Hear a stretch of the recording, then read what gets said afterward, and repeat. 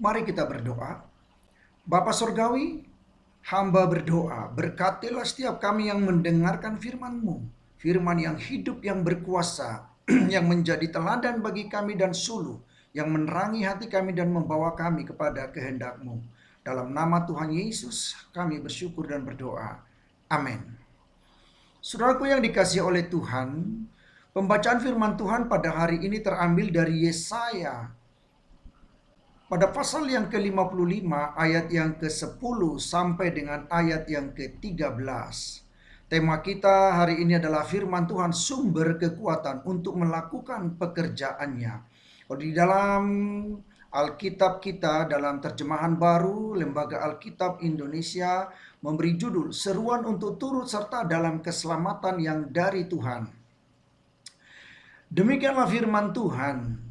Yesaya 55 mulai dari ayat yang 10 dikatakan, sebab seperti hujan dan salju turun dari langit dan tidak akan kembali ke situ, melainkan mengairi bumi, membuatnya subur dan menumbuhkan tumbuh-tumbuhan, memberikan benih kepada penabur dan roti kepada orang yang mau makan. Demikianlah firmanku yang keluar dari mulutku, ia tidak akan kembali kepadaku dengan sia-sia, tetapi ia akan melaksanakan apa yang kukehendaki dan akan berhasil dalam apa yang kusuruhkan kepadanya. Sungguh kamu akan berangkat dengan sukacita dan akan dihantarkan dengan damai. Gunung-gunung serta bukit-bukit akan bergembira dan bersorak-sorai di depanmu. Dan segala pohon-pohonan di padang akan bertepuk tangan. Sebagai ganti semak duri akan tumbuh pohon sanebar. Dan sebagai ganti kecubung akan tumbuh pohon murad. Dan itu akan terjadi sebagai kemasyuran bagi Tuhan, sebagai tanda abadi yang tidak akan lenyap.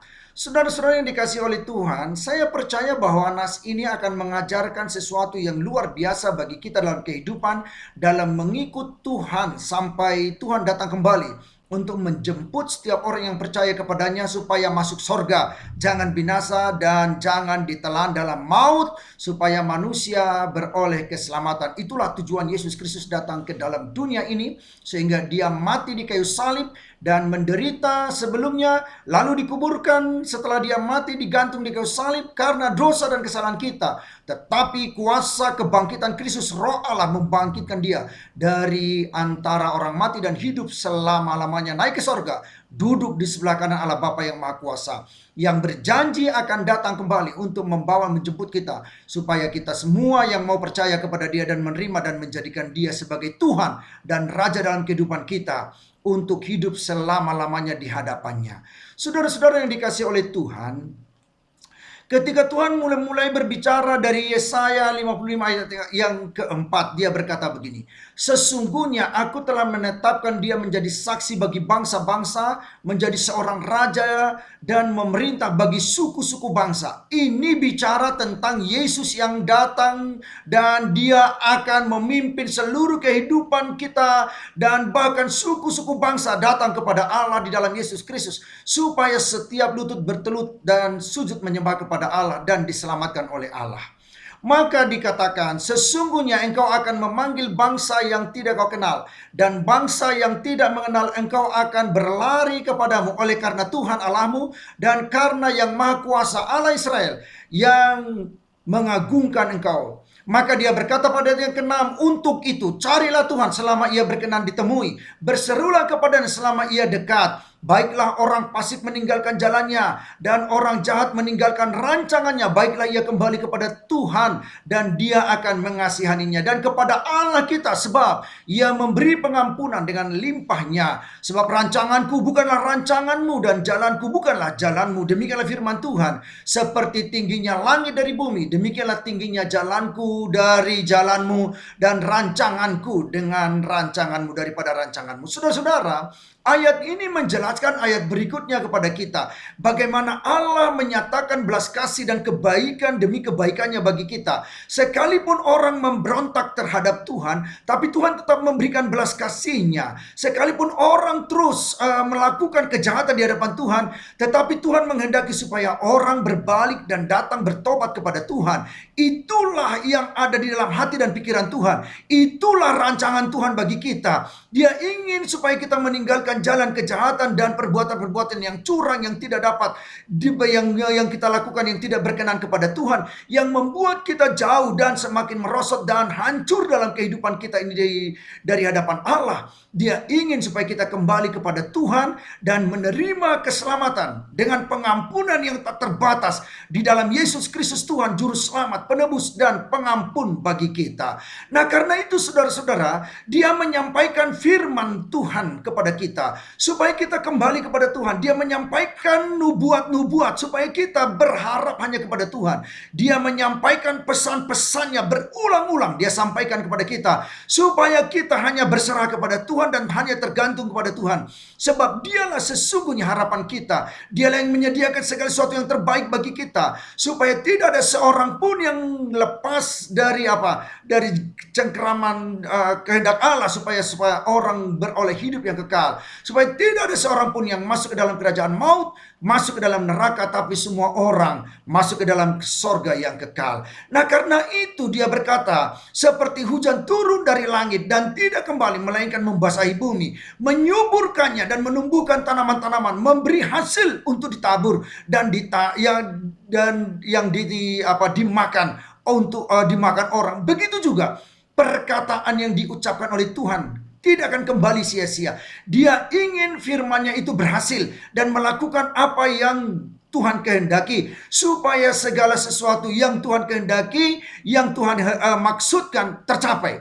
Itulah yang Tuhan kerjakan bagi kita. Itulah yang Tuhan mau nyatakan kepada kita, supaya seluruh kehidupan kita berkenan kepada Allah, dan apa yang kita lakukan semua berkenan kepada Allah. Dan itulah yang Tuhan kehendaki dari kehidupan kita. Pekerjaan-pekerjaan yang besar yang dirancangkan oleh Tuhan bagi kita, sebagaimana Dia maksudkan dalam ayat sebelumnya. Sebab Allah itu adalah sumber kekuatan. Firman-Nya itu adalah kebenaran. Itu adalah kekuatan Allah bagi kita. Dan ketika kita lakukan firman Allah, maka firman Allah itu akan menuntun kita kepada kemenangan demi kemenangan, yang membawa kita kepada rancangan dan berkat Allah yang luar biasa.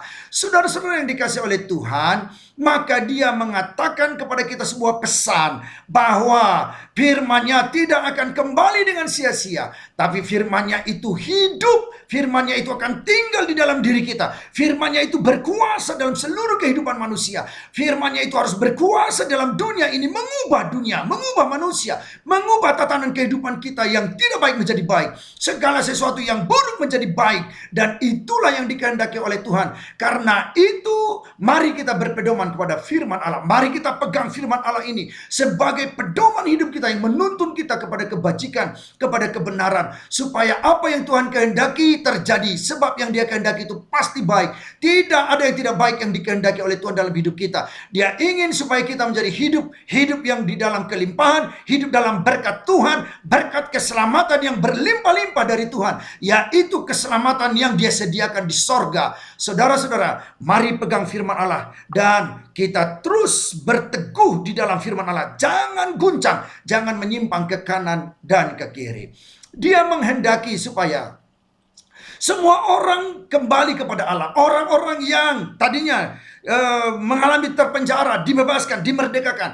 Orang-orang yang tadinya ditawan, dibebaskan, dimerdekakan. Ini yang Tuhan kehendaki dari umat Israel. Itulah juga yang Tuhan kehendaki dari kita. Maka Dia katakan, kamu akan meninggalkan Babel dengan sukacita. Ayat 12 ini bicara, sesungguhnya sungguh kamu akan berangkat dengan sukacita dan akan dihantar dengan damai. Apa yang terjadi di sini?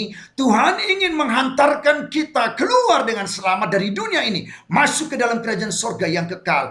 Itulah juga yang Tuhan kerjakan ketika umat Israel ditawan di Babel. Mereka dimerdekakan oleh Tuhan pada waktunya. Ketika mereka kembali kepada Allah untuk melakukan apa yang Tuhan kehendaki, maka Allah mengerjakan perkara besar, yaitu keselamatan bagi mereka, supaya mereka jangan ditawan, jangan diperbudak lagi, tapi mereka menjadi orang yang merdeka. Demikianlah juga kita dalam kehidupan kita kelak. Kita dihantar dengan selamat masuk dalam kerajaan surga yang kekal, karena Yesus menjadi raja di atas segala raja, yang menuntun kita kepada keselamatan yang kekal. Sebab Dia telah mati bagi kita, Dia telah hidup bagi kita, bangkit dari antara mati, hidup untuk selama-lamanya. Firman Tuhan ini menyatakan begini, gunung dan bukit akan bergembira dan bersorak-sorai, pohon-pohon di ladang akan bertepuk tangan. Bayangkan, dahsyat dan luar biasa. Ini akan terjadi karena kegembiraan umat Tuhan diselamatkan. Kita semua beroleh keselamatan, beroleh hidup yang kekal di dalam Yesus Kristus, Tuhan dan Juru Selamat kita. Ayat 13 itu berbicara, pohon-pohon cemara akan menggantikan semak duri, tanaman bunga menggantikan semak belukar. Itu terjadi supaya aku dimasyhurkan, kata Tuhan. Itu terjadi supaya Tuhan dipermuliakan. Itu terjadi supaya nama Allah diagungkan, ditinggikan, dan dimasyhurkan sebagai tanda abadi yang tidak akan hilang, tidak akan lenyap. Tanda abadi tidak akan hilang, tidak akan lenyap dari kehidupan manusia. Karena Allah beserta kita. Nama Tuhan kita sering menyebutnya sebagai Immanuel, Allah beserta kita. Allah telah datang di dalam Yesus Kristus sebagai Tuhan dan Juru Selamat bagi kita. Karena itu saudara-saudara, marilah kita memberikan hati kita untuk menjadi tempat firman Allah yang hidup, yang berkuasa, yang membawa kita untuk melakukan apa yang berkenan kepada Allah. Saudara-saudara, apabila kita melihat dalam kitab Matius pada pasal 13 sampai dengan ayat yang ke-23, maka di sana dijelaskan tentang arti perumpamaan yang Tuhan Yesus sampaikan dengan 4 tipe hati manusia. Nah, penjelasannya dikatakan begini, adalah mereka yang mendengarkan firman Allah. Dari perumpamaan penabur itu di ayat 19, pada setiap orang yang mendengar firman tentang kerajaan Allah, tetapi tidak mengertinya, datanglah si jahat dan merampas yang ditaburkan dari dalam hati orang itu. Nah, inilah yang dimaksud benih yang ditabur di tepi jalan. Saudara-saudara, hati manusia, hati pinggir jalan, di tepi jalan. Nah, apa yang terjadi? Si jahat segera ketika dia mendengar firman, merampas firman itu dari kehidupannya. Nah, orang hati model seperti ini, saudara, tidak diberkati oleh Tuhan. Kehilangan, saudara. Aduh, kehilangan sama sekali. Ada banyak orang mendengar khotbah, mendengar firman Tuhan, dan saudara ditabur firman Allah, tapi dia sejenak seketika itu saja mendengar senang, lalu ternyata hatinya tidak siap untuk menerima firman Allah, dan firman Allah itu tidak sempat berakar, bertumbuh dalam diri dia, saudara. Dan apa yang terjadi? Hatinya, saudara, dikuasai, dirampas dari dirinya, saudara, oleh si jahat. Firman Allah tidak dapat berkuasa dalam diri dia. Nah, inilah hati yang pertama, yang pinggir jalan, hati pinggir jalan. Yang kedua, ternyata ada hati yang berbatu-batu. Dan ketika ditaburkan firman Allah itu, saudara, jatuh di tanah yang berbatu-batu. Apa itu artinya? Benih yang ditabur di tanah yang berbatu-batu adalah orang yang mendengar firman itu dan segera dia bergembira dengan firman yang dia dengar. Oh, ini orang yang sukacita. Oh, benar, dia mengamenkan, dia mengiyakan firman Allah. Tetapi apa yang terjadi? Firman itu tidak berakar dan tidak tahan di dalam kehidupannya. Oh, dia sebentar saja mengalami masa pencobaan. Oh, sebentar saja dia ada dalam dirinya maka penindasan, penganiayaan. Karena firman itu, orang itu jadinya murtad, saudara-saudara. Orang itu meninggalkan Tuhan. Orang itu tidak bertahan di dalam Tuhan. Dan orang yang seperti ini, orang yang memiliki hati berbatu-batu, saudara-saudara, dia murtad dari Tuhan. Dia tidak bertahan di dalam Tuhan. Dan yang ketiga, semak duri. Hati semak duri. Perhatikan baik-baik ayat 22 dari Matius pada pasal 13 mengatakan, yang ditabur di tengah semak duri ialah orang yang mendengar firman itu, lalu kekhawatiran dunia ini dan tipu daya kekayaan menghimpit firman itu sehingga tidak berbuah. Oh, dia punya firman Tuhan tapi tidak berbuah. Kenapa? Karena dia terus perhatikan dunia ini. Oh, dia perhatikan kekayaan, dia perhatikan uang, dia perhatikan pangkat, kedudukan, segala sesuatu yang mengkhawatirkan di dalam dunia ini. Kekhawatiran demi kekhawatiran menguasai kehidupannya. Ini dihempit oleh persoalan semak duri menghempit di dalam dirinya, dan firman itu tidak bisa berbuah dan tidak bisa hidup di dalam dirinya. Oh, dia terjepit begitu, saudara-saudara, dan dia tidak menghasilkan buah. Kalau firman tidak menghasilkan buah, orang tidak berbuah-buah di dalam kehidupan kekristenannya, maka apa yang terjadi, saudara-saudara? Orang ini tidak diberkati Tuhan. Orang ini tidak menghasilkan buah. Dan Alkitab berkata, pasti ditebang. Lalu apa yang terjadi? Dikeringkan. Lalu apa yang terjadi? Dibakar, saudara. Dan tipe ini pun tidak berhasil, saudara. Tipe pertama, hati yang di tepi jalan, tidak berhasil. Tipe kedua, hati yang berbatu-batu, tidak berhasil. Tipe yang ketiga juga dijepit oleh kekhawatiran dunia ini, melihat dunia ini saja. Saudara-saudara yang dikasihi oleh Tuhan, kita hidup di dunia ini, tapi jangan tergantung kepada dunia ini. Tuhan selalu katakan, bergantunglah kepada Allah. Tuhan selalu katakan, berharaplah kepada Allah. Tuhan selalu ingatkan, pandanglah kepada Kristus Yesus. Dialah batu penjuru bagi kita. Dialah kemenangan bagi kita, bagi seluruh kehidupan kita, saudara-saudara. Karena itu pegang firman Tuhan dan tetaplah di dalam firman Tuhan. Itulah yang Tuhan maksudkan dengan hati yang keempat. Hati yang keempat adalah tanah yang baik, yang dimana ditaburkan firman Tuhan di dalam tanah, kepada tanah yang baik atau di dalam tanah yang baik. Dia mendengarkan firman itu, dia merenungkan firman itu dan mengerti. Saudara-saudara, ada banyak orang mendengar firman Tuhan tidak mengerti, tapi dia mencari tahu supaya dia mengerti. Dia ingin supaya mengerti, dia minta doa kepada Tuhan supaya mengerti. Dia bertanya kepada hamba Tuhan yang benar dan menjelaskan, lalu dia mengerti. Dan apa yang terjadi? Orang ini berbuah-buah. Oh, buahnya dahsyat, luar biasa. Ada yang 100 kali lipat ganda, ada yang 60 kali lipat ganda, ada yang 30 kali lipat ganda. Luar biasa. Hidup orang yang seperti ini luar biasa. Ini yang dikehendaki oleh Tuhan dalam kehidupan kita. Dia mau firman Tuhan itu dia lemparkan dalam diri kita, dia berikan kepada kita. Dia mau hati kita menjadi hati yang baik dan mendengar firman Tuhan, mengerti, dan sudah mengerti, dia akan tumbuh berakar dan berbuah-buah. Saudara bayangkan, ada yang 100 kali lipat buahnya, ada dari tanaman itu 60 kali lipat ganda, ada yang juga 30 kali lipat ganda. Luar biasa. Inilah yang dikehendaki oleh Tuhan bagi kita.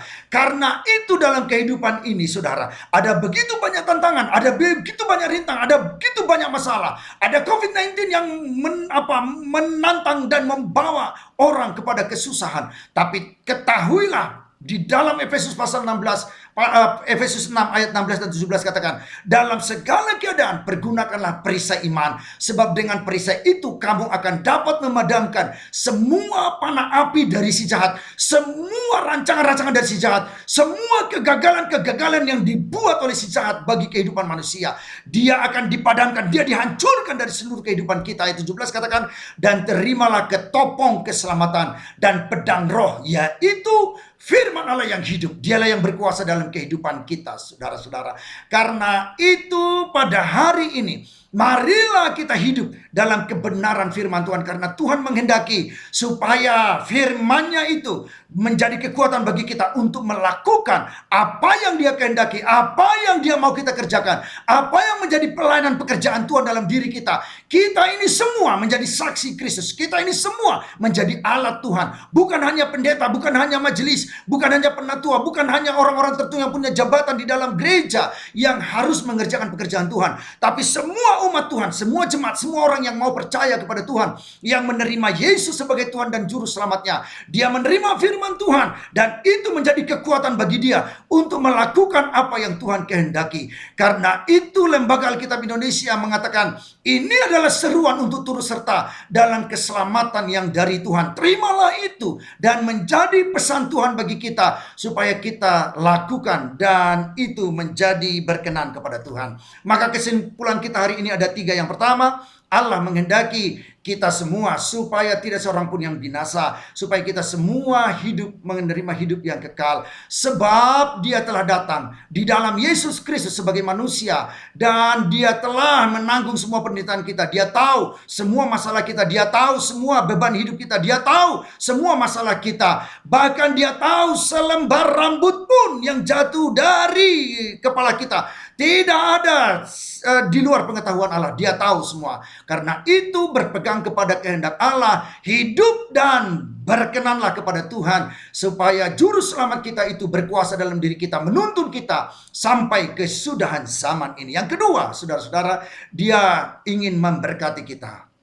Saudara, saya tahu kita ini sering berkekurangan, tapi Tuhan selalu mencukupkan. Maka kita sering memanggil Allah kita sebagai Jehovah Jireh. Artinya apa? Allah itu adalah Allah yang mencukupkan. Sama seperti yang doa yang diajarkan oleh Tuhan Yesus kepada kita dengan doa Bapa kami, berikanlah kami pada hari ini makanan kami yang secukupnya. Cukup semuanya. Makanan apapun yang kita butuhkan cukup. Pengobatan apapun cukup. Bahkan segala keperluan cukup. Inilah yang dikehendaki Allah. Dia ingin memberkati kehidupan kita selama kita di dalam dunia. Dia ingin supaya kita tidak menderita. Dia ingin supaya kita tidak sengsara. Dia ingin supaya kita tidak sakit. Dia mau menyembuhkan kalau kita sakit. Dia mau menyembuhkan kita. Kalau kita menderita, Dia mau menolong kita. Kalau kita sengsara, Dia mau keluarkan kita dari kesengsaraan itu. Kita akan keluar sebagai pemenang atas seluruh pergumulan kehidupan kita. Itulah sebabnya kitab Roma berkata, kita lebih daripada orang-orang yang menang. Saudara-saudara yang dikasihi oleh Tuhan, camkan, pegang firman Tuhan itu, dan itulah menjadi kekuatan bagi kita untuk melakukan seluruh pekerjaan yang Dia kehendaki. Yang terakhir, yang ketiga adalah Dia ingin supaya kita hidup dan melakukan firman Tuhan, dan firman-Nya itu berkuasa dalam kehidupan kita. Berkuasa sebagai pedang, senjata kekuatan bagi kita. Ketika iblis mau mendakau kita, gunakan firman Allah. Lawan dia dengan firman Allah. Lawan dia dengan iman kita yang teguh. Biarlah kita berbuah-buah yang lebat, saudara-saudara. Dia mau supaya firman-Nya tinggal dalam diri kita. Dengan demikian Dia berkuasa dalam diri kita. Dengan demikian kita akan bertumbuh, berakar, dan menghasilkan buah-buah yang lebat. Ketahuilah, dari buahnya lah suatu pohon itu dikenal. Kalau buah yang baik, maka pohon itu baik. Ketika firman Allah ada dalam diri kita, maka kita menjadi pohon yang baik. Dan kita akan menghasilkan buah-buah yang baik. Ada yang 100 kali lipat ganda, ada yang 60 kali lipat ganda, dan ada yang 30 kali lipat ganda. Biarlah kita semua diberkati oleh Tuhan berlimpah-limpah, kasih Tuhan melimpah bagi kita, kebaikannya melimpah bagi kita, berlimpah kehidupan yang kekal yang Dia sediakan bagi kita semua yang mau percaya kepadanya. Tuhan Yesus memberkati saudaraku sekalian dari sekarang sampai selama-lamanya. Tuhan juga memberkati saudara, suami istri, anak-anak, cucu, semua keturunan diberkati oleh Tuhan. Diberkatilah kita semua dalam kasih setia yang tak terbatas itu, supaya hidup kita sejahtera, bertahan, dan kuat di dalam kekuatan kuasa firman Tuhan. Terpujilah Tuhan dari sekarang sampai selama-lamanya. Dan mari kita berdoa. Saya berdoa untuk setiap saudara yang membutuhkan doa secara khusus. Mari taruh tanganmu di dadamu. Saya berdoa bagi saudara. Tuhan Yesus berkati setiap orang yang mendengar firman Tuhan ini, dan teguhkan mereka. Dan bagi mereka yang miskin, perkaya ya Tuhan. Bagi mereka yang sengsara, tolong mereka dari kesengsaraan. Keluarkan dari kesengsaraan mereka. Bahkan orang-orang yang berada di padang belantara, Tuhan keluarkan dari sana. Berikan mereka di padang rumput yang hijau, di air yang tenang dan yang jernih. Berkati hidup mereka. Bahkan cukupkan segala keperluan-keperluan mereka. Biarlah semua berbuah-buah yang lebat. Yang sakit sembuhkan dalam nama Tuhan Yesus. Karena firman yang berkata, oleh bilur-bilurmu Engkau telah menyembuhkan kami. Kau telah memberi kami kesehatan. Sehatlah kami, sembuhlah kami. Damai dan sukacitalah kami semua. Di dalam Bapa, Putra, dan Roh Kudus. Tuhan yang kami sembah. Allah yang disembah Abraham, Ishak, dan Yakub.